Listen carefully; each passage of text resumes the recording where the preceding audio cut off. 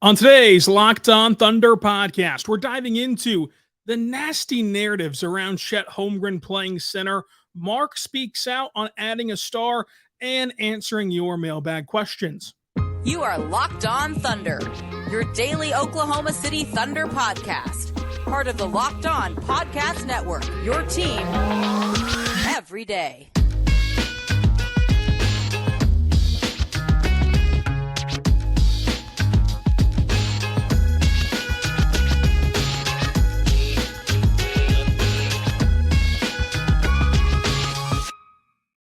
Let's get it going on the Locked On Thunder podcast, on the Locked On Podcast Network, your team every day. I am your host, media member, and editor-in-chief over at thunderousintentions.com, Rylan Stiles. Follow me on Twitter at Rylan_Stiles. Follow the show on Twitter at LOThunderPod. You can even text the show, 405-963-3686. On today's show, we're diving into Chet Holmgren playing center. It's once again became the hot button topic of the afternoon. Mark Daigneault speaks out on adding a star to this Thunder team, and we're going to answer your mailbag questions as well. Thank you so much for making us your first listen. We're here for you every single day. Make sure you subscribe for free across all podcasting platforms so you never miss an episode, including on YouTube, where it would help a lot if you comment and like the video as well as subscribe. Plus, again, you can text the show, 405-963-3686, with updates from training camp, recaps of press conferences. We're going to talk about the show on there. You have access to the front of the line on mailbags and a lot more stuff that we're hearing on the text line. Now, the big topic today is Chet Holmgren playing center.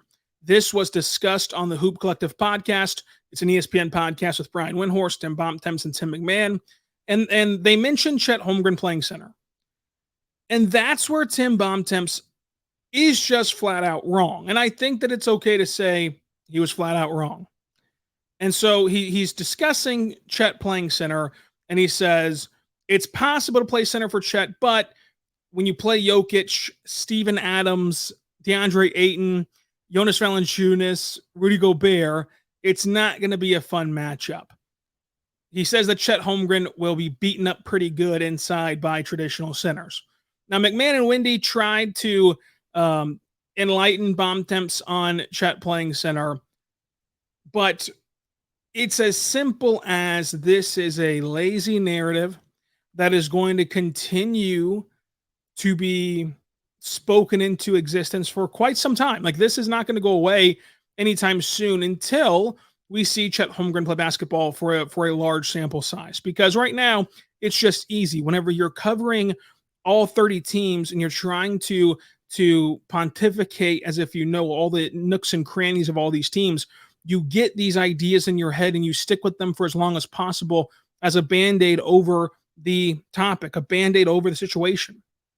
And so it is easy to say, okay, whenever I get asked about Chet Holmgren, what am I going to say? He's too skinny. He can't play center. We move on. So you get these crutches that aid you in discussing all 30 teams. And it's like this for every franchise in the NBA. Like every fan base has something about their team that national folks get wrong, and there's just nothing you can do about it. But the bottom line is, with Chet Holmgren specifically, it doesn't make a lot of sense. As just a basketball observer, much less someone who's, of course, paid to cover the entire league. Let's go through it one by one. So the idea that Chet Holmgren cannot stop Jokic and Embiid and even Anthony Davis at the peak of their powers, that is 100% true. But the thing is, nobody can. There's not a single person on the Thunder roster who can stop those players. So whether Chet plays the 4, the 3, the 2, the 1, the 5, whether he comes off the bench, whether he doesn't play at all, nobody on the Thunder roster can stop those players. Let's take it a step further. When those 3 players are at their very best, nobody in the NBA can stop those guys. It's a reason why Jokic and Embiid have MVPs. It's a reason why Jokic won the NBA Finals last year. It's a reason why AD has an NBA Finals, under his belt. It is a group of big men that nobody can stop. So it doesn't matter who plays center in those games against those talented big men. It does not matter at all for the Thunder or for the NBA. But once you get past those 3, there is no one else that you're afraid of if you're the Thunder having Chet Holmgren play center. Because in order for them to quote unquote exploit this matchup, it would take the other team changing how they play basketball, to which you would say thank you. Not only would you say thank you, you would send them a gift basket, and you would load it up with exotic chocolates, with champagne, with the most expensive wine you can. You would thank them. A personal handwritten letter from the entire organization for changing how they play. You can go through it one by one. Let's just take the names that Bontemps mentioned here, because what he did was look at the Western Conference standings and talked about the big men on those teams. Ayton, let's go there. The entire knock on DeAndre Ayton for his entire life has been that this is a guy who shies away from taking over games with his body. He looks like a player who should dominate the game down low with his body, but he's not consistent enough doing so. So that's out. Steven Adams. We love Steven Adams in Oklahoma City, but we all know what he can do and what he can't do. And so while everyone loves Steven Adams, while he's a fan favorite and a great guy, I beg Memphis, I beg them, on my hands and knees, I beg them to please take the ball away from John Morant. Please take the ball away from Jaren Jackson Jr. Please do not spray the ball out to Desmond Bane to hit a three, but instead pound the ball into Steven Adams over and over and over and over and over again for all 48 minutes and pray that he can hit that turnaround bunny shot. I would love nothing more than every time that the Thunder play the Grizzlies, their entire game plan is to stick to dumping the ball inside to Steven Adams. That would be a huge win for the Thunder before you ever step on the floor if that's the idea for Steven Adams. And then, to even bring up Jonas Valanciunas is ridiculous.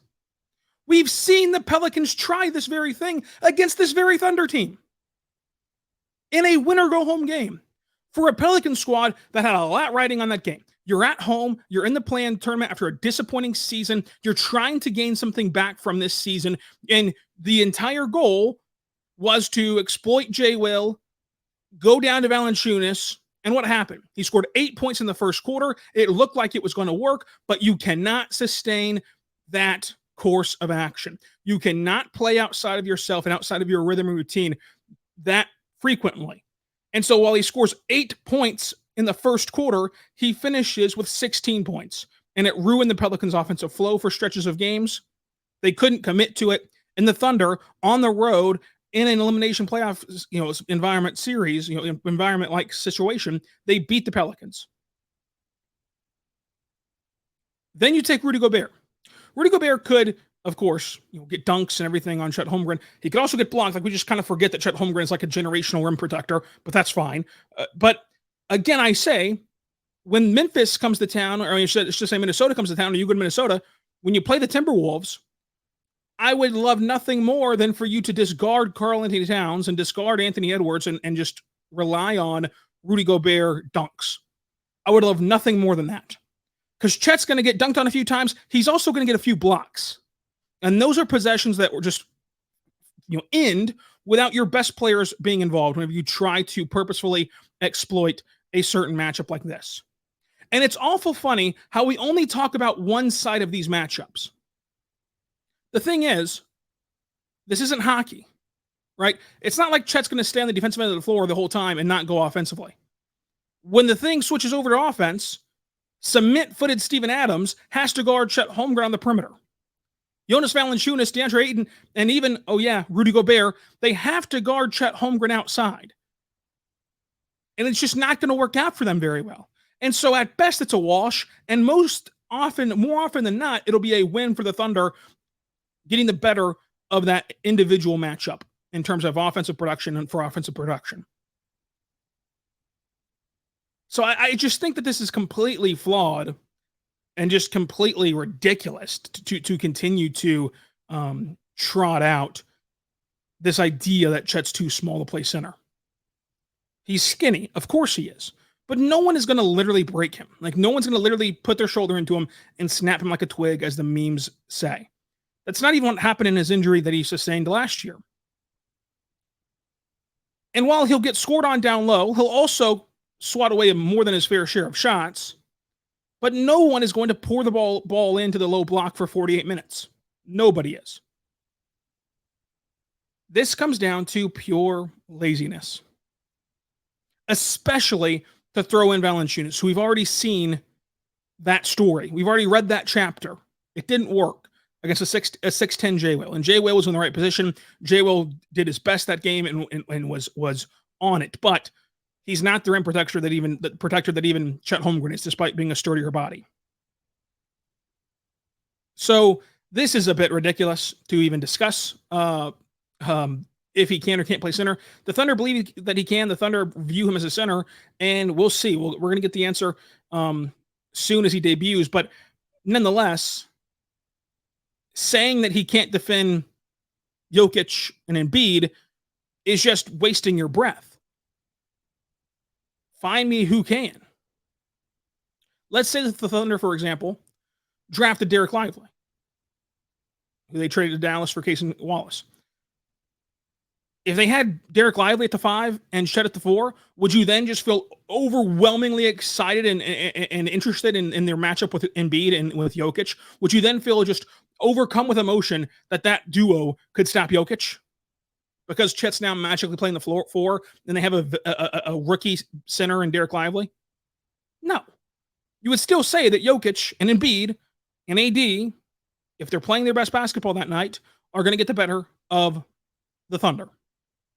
Because they get the better of everyone.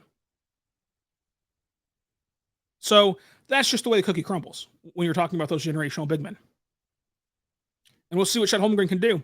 I think that it is being forgotten in these debates, though, that you have to then come guard Chet on the other side of things. And that entire list of guys who you don't think Chet can guard, like Ayton, Gobert, Adams, they for certain cannot guard Chet Holmgren. Now, I want to say right now, my good friends over at DoorDash. Folks, you know all about DoorDash, right? You've used DoorDash before. I know you have. We can sit here and lie to ourselves. I know you've used DoorDash before because it's great. You can get food delivered to your door and you don't feel like cooking. You can throw a party and then have that portion of the party taken care of for you, where they just bring you your food and everything else. But did you know you can take this a step forward? DoorDash now also will bring you groceries. So if you're sitting there making pancakes and you look over and wow, out of maple syrup, but I got these pancakes already cooking and you're not going to eat dry pancakes, then boom, you can just order DoorDash and order you some maple syrup. If you've already brewed that cup of coffee and you're not going to drink it black, okay, calm down, tough guy. We all know you're not drinking coffee black and you're out of your favorite creamer. Guess what? DoorDash can bring you that favorite creamer. So go there right now because DoorDash grocery delivery is a game changer. It's awesome. So check it out today because you've trusted DoorDash to deliver you your favorites from your restaurants. Now you can trust them to get groceries. With thousands of grocery stores to choose from, you can get the best from your neighborhood and boost your local economy with each and every order. So make sure you go there right now. And when you do, you can go and use Locked On NBA at checkout for a limited time offer right now. You can get 50% off of an order of up to $20 of minimum subtotal. Make sure that you check it out today because whenever you do, you get $50 off of that $20 minimum order with zero delivery fees on the first order whenever you go there right now and use the code LOCKEDONNBA.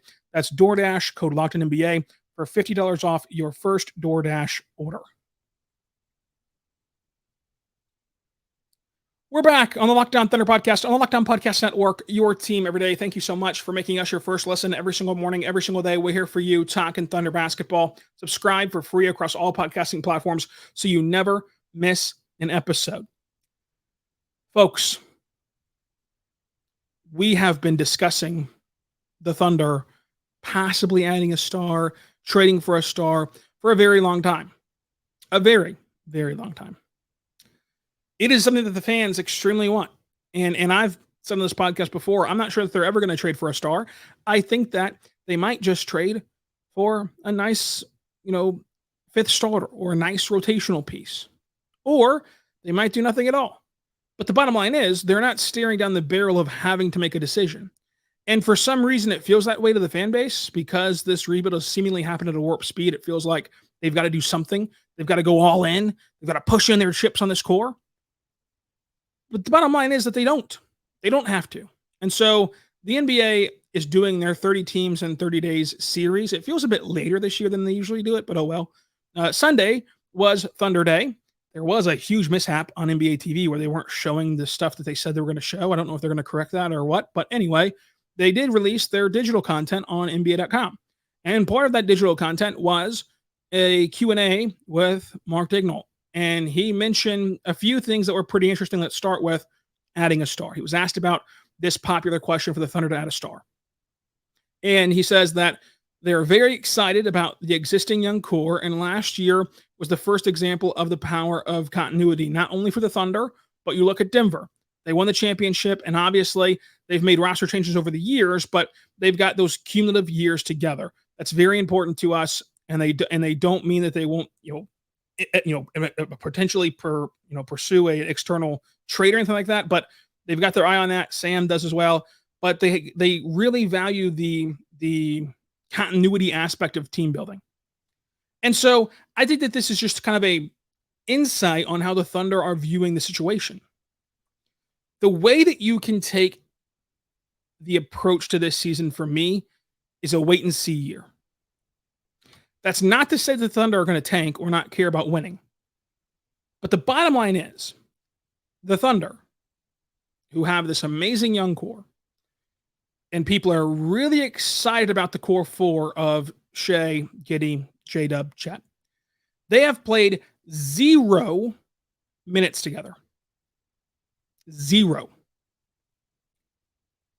Cason Wallace has played 0 minutes. Ousmane Dieng has hardly played in his NBA career in the grand scheme of things.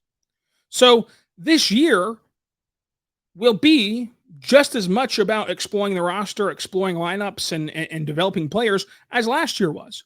Now, last year was like that, and it didn't stop you from making a 16-win improvement to get to the play-in tournament. So this year, you will likely still see a win improvement. I think that that's pretty easy to say. But you're still going to wait and see. This is a year where you see what you have, and you see how they will mesh together. And you get that first data point.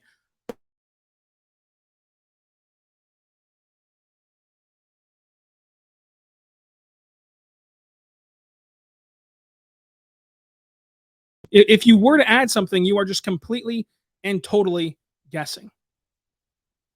And so I think that with this Thunder team, you've got to let this year be a wait and see year. And it feels like that the time is now to make an all-in move. It's just simply not. Time is not running out on the Thunder. Let's look at Denver, who people are now legitimately afraid of having this dynastic run. Jokic was in his 5th playoff series and 8th season when he captured that title. Jamal Murray, that's his 4th playoff series. These things take time. This Thunder core has 0 playoff series. You look at Shai, he's got 0 playoff series as the man. He's played in 2 others, as complementary pieces, but 0 as the guy. Lou Dort, 0 playoff experience in a series that did not take place in Disney World. Mark, 0 playoff experience as head coach. You are at the ground level of this, even though it's felt like it's happened at warp speed because it was only a 2-year postseason drought, and this Thunder core already looks to be one of the best young collection of talents that the NBA has ever seen, which is saying a lot for this Thunder organization, who previously had an amazing collection of young talent. But time is not actually running out, and so the Thunder are going to do their due diligence, but they believe in this core. They believe in what they can do as just simply waiting and seeing and letting this team grow together. Because you don't want to overreact. I hate to always beat up on Minnesota, but Minnesota overreacted. They got that taste of success. Then they used all their assets to go get Rudy Gobert, who does not fit at all. But had they given themselves another year or 2 to compile data on where the shortcomings were on that roster, they would have seen a better pathway to improve their roster. And the thing about the NBA is, no matter what star becomes available, if you don't pounce on it, another one's right around the corner, and usually they get better. Even this summer, we went from Dame asking out, like Damian Lillard, future Hall of Famer, asking out, to now Giannis is soft launching his trade request. And Giannis can play coy about it. You do not continue to drop these hints so far in advance for it to not ultimately add up and become a trade request in the near future. Might not be within the course of this regular season, but next summer, the summer after, he's going to be asking for a trade. So we saw even just this summer the progression of Bradley Beal to Dame Lillard to now there's whispers about Giannis. So you can see how the train is never going to leave the station on disgruntled stars. So you're not running out of time externally or internally yet for the Thunder. And so I think that the power of continuity is a great way to put where the Thunder are at with this young core. They're just going to be in wait and see mode and collecting that data on this year's team.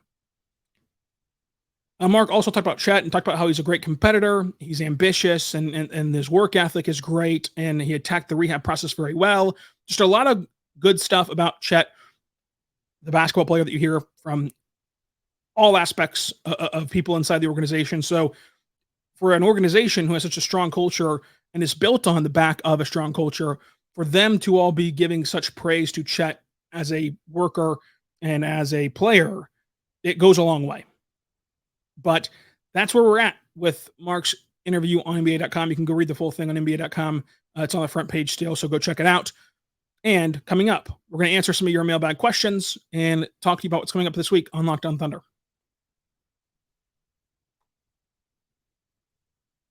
We're back on the Locked On Thunder podcast, on the Locked On Podcast Network, your team every day. Thank you so much for making us your first listen every single morning, every single day. We're here for you talking Thunder basketball. Folks, coming up on Locked On Thunder, we got some guests coming up this week. Still working on the actual schedule of the record dates with those guests, so not sure with the dates that they'll come out, but some guests are coming. I want to get some guests in before the season begins so we can get some different perspectives on the season previews and what the season can be for the Thunder. Also, we'll have Sam Presti talking this week, so he'll give insight and be asked about a ton of things. Be asked about the arena. He'll be asked about Poku's injury. He'll be asked about, I'm sure, getting a star, as we just discussed with Mark. He'll be asked about everything under the sun. So that'll be this week. On Monday, we'll have Media Day. So Monday afternoon, we'll record the Media Day podcast about all the good things that happen at Media Day.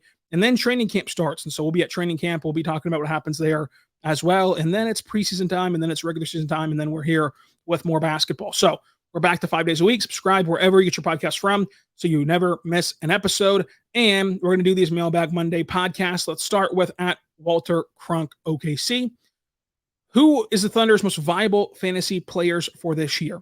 So I have to admit, in the hustle and bustle of the NBA season, doing the show, doing the website and everything else, I'm not great at fantasy basketball. I'm just not. So my opinion on this question might be fairly bad. I'm just going off of real tangible life in the Thunder, and I'm not sure how it translates to fantasy. Because I know, like, for example, in football, right? Like Tom Brady, yeah, he was one of the best quarterbacks in the league, but he wasn't good at fantasy. Like, he wasn't necessarily one of the better fantasy quarterbacks to draft. So there could be an element of that with this opinion for the Thunder, but make sure you check out Locked On Fantasy Basketball. It's hosted by Josh Lloyd. I did a preview episode with him of the Thunder season that you can go find.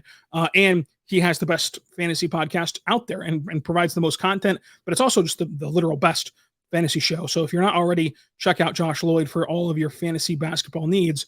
But of course, this depends on how big your league is and how the scoring aspect is. I think number one with the bullet, of course, is Shai, of what he can do. I think that Josh Giddey would be a viable fantasy player, especially if you're playing in a decently sized league, because he's going to compile some points. He's going to get some assists and some rebounds. Like, he's going to get you pretty much some of everything for Josh Giddey. So I think that Josh Giddey could be a viable option. And then my thing with J-Dub and Josh, I think that those two guys would be league dependent. I would go Chet.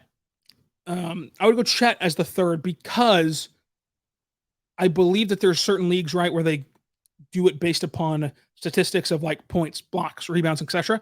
You're going to rack up a ton of blocks with Chet.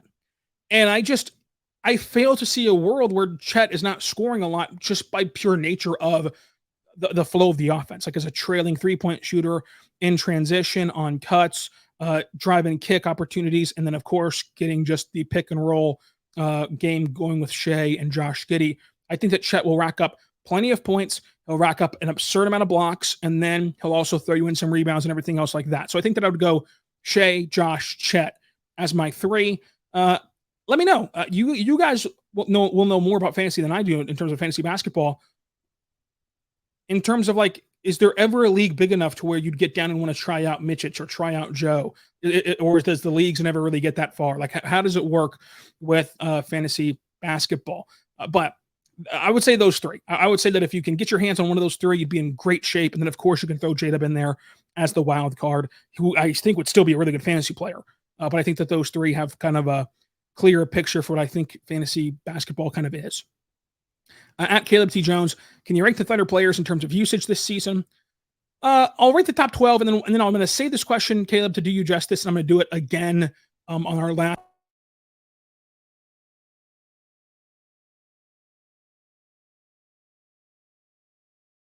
At that point, we should have the Thunder roster set in stone. And as long as that's the case, that the Thunder roster set in stone, I'll redo this question at that time. But for now, I'd say SGA, Josh Giddey, J-Dub, Chet, Dort, Joe, Kenny Hustle, Mitchich, J.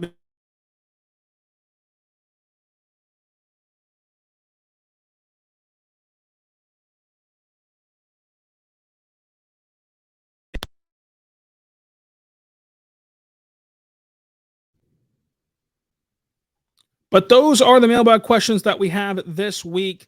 The other question is about Cason Wallace's fit, and we'll tackle that on tomorrow's show, because I do want to talk about how this roster looks heading into the season, heading into next week. So tomorrow, we're going to give you our roster projection, our final one before media day. And in that projection, we're of course going to project the lineups and everything. And I want to talk about who the Thunder have added and kind of how they fit on the roster. So Isaac, your question is not lost. It'll be answered tomorrow on the Thunder roster prediction episode. So until then, be good and be good to one another.